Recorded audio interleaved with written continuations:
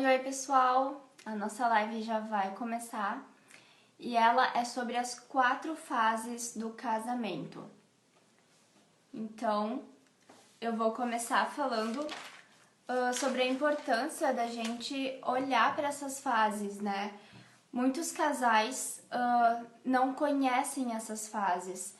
Eles percebem que a relação vai mudando com o tempo, mas eles não têm uma percepção clara do que está acontecendo no casamento.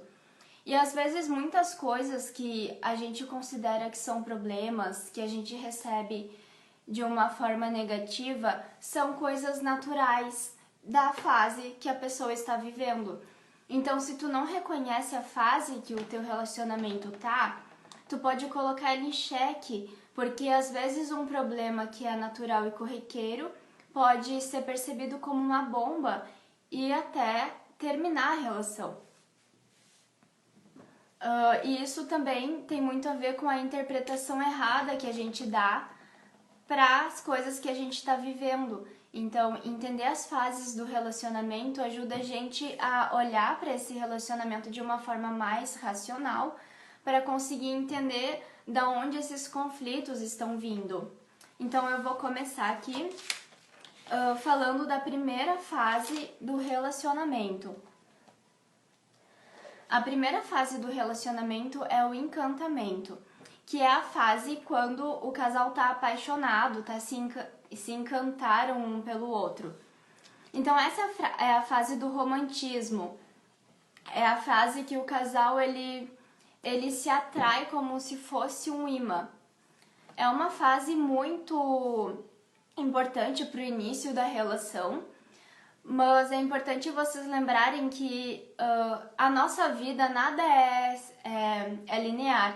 A gente vai oscilando e essas fases elas retornam em alguns momentos. Então o nosso relacionamento ele vai e volta, ele caminha entre essas fases.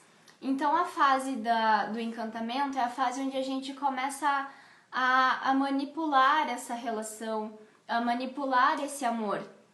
O amor ele é uma escolha, mas o apaixonamento ele não é uma escolha, ele tem muita interferência química e é isso que faz com que a gente se apaixone. Sem perceber, o nosso cérebro consegue perceber o cheiro da outra pessoa, o nosso cérebro consegue perceber se o gene daquela pessoa é compatível ou não com o nosso gene. Então isso tudo coopera para que a gente se apaixone por pessoas até mesmo que a gente jamais se casaria, mas a gente se apaixona porque é uma questão química também. O apaixonamento, quando o casal se escolhe, quando tu se apaixona por uma pessoa que tu sabe que é uma pessoa legal, que tu quer continuar um relacionamento com ela, a gente começa a manipular.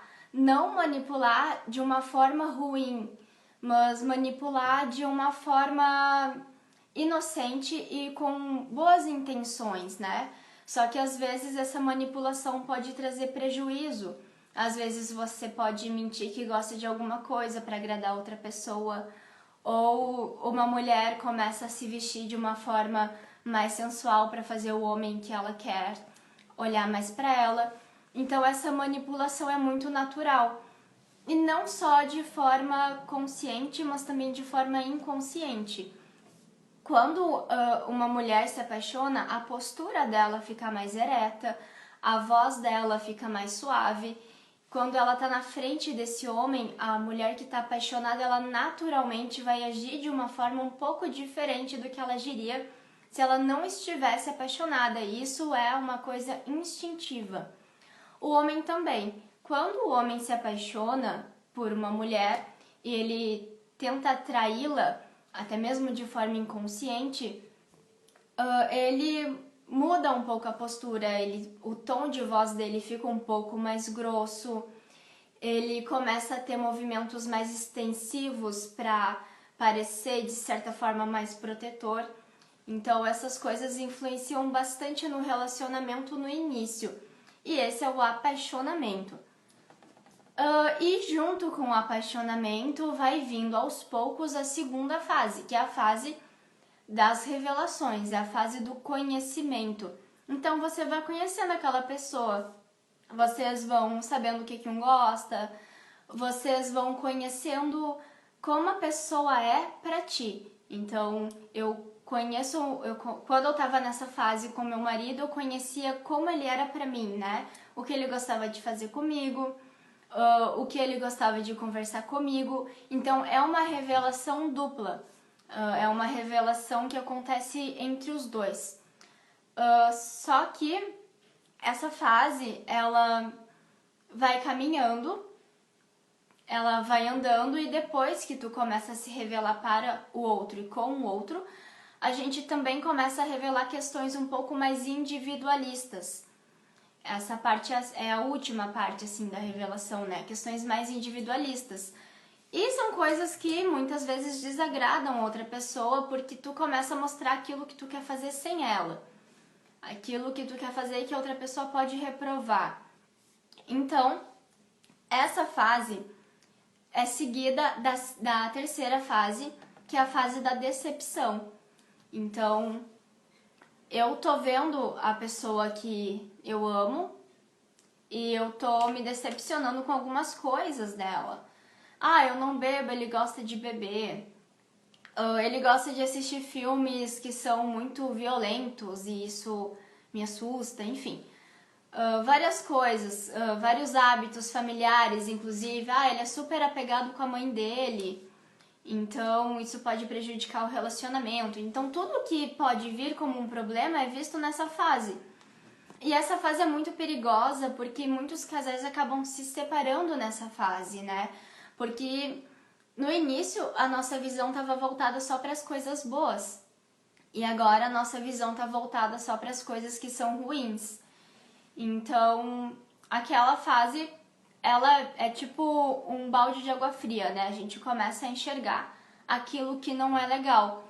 Só que a gente começa a se chatear tanto em alguns relacionamentos que os nossos olhos se fecham para aquilo que era bom e enxergam só as coisas que são ruins. E é aí que muitos relacionamentos terminam. É o momento da decepção. É o momento que começam a vir as cobranças, as inseguranças. É nessa terceira fase.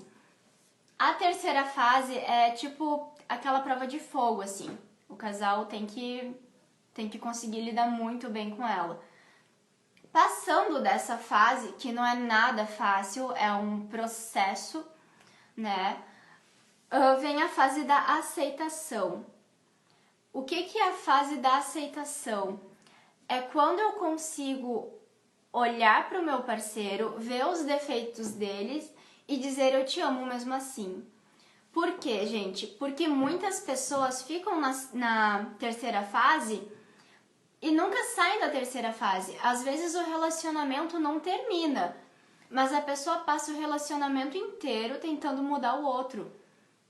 E isso é um grande problema. Isso traz, assim, muita tristeza para a relação.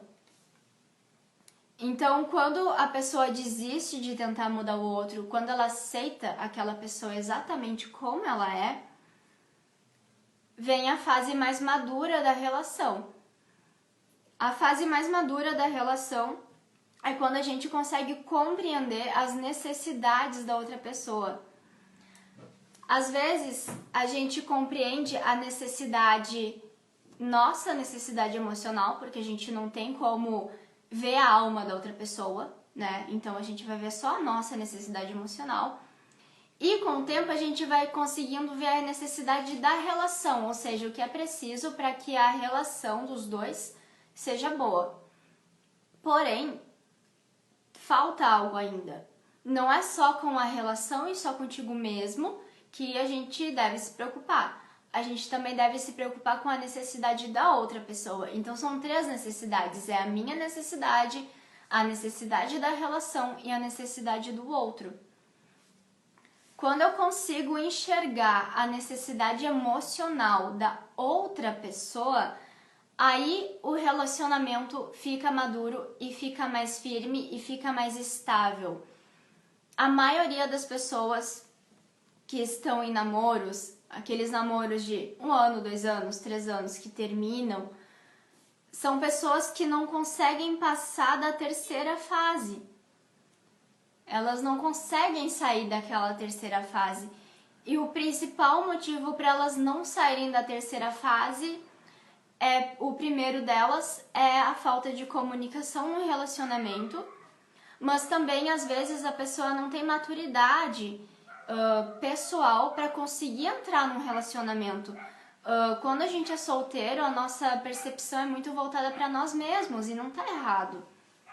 Porque a gente precisa disso para se constituir como uma pessoa madura, uma pessoa adulta, né? Então a nossa necessidade, os nossos olhares estão voltados para a nossa necessidade.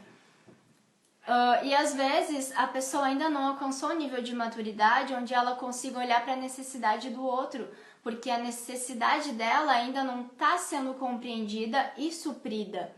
Então o que acontece? Ela vai buscar uma pessoa que supra a necessidade dela, mas ela não vai perceber que essa pessoa não vai ficar suprindo a necessidade dela o tempo inteiro. Até porque essa pessoa também tem necessidades e ela tem que suprir as necessidades da outra pessoa.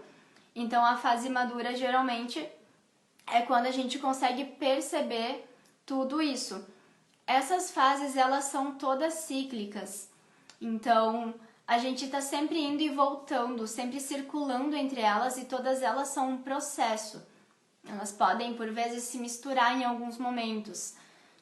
Mas a questão que é muito importante a gente saber em qual fase o nosso relacionamento está neste momento.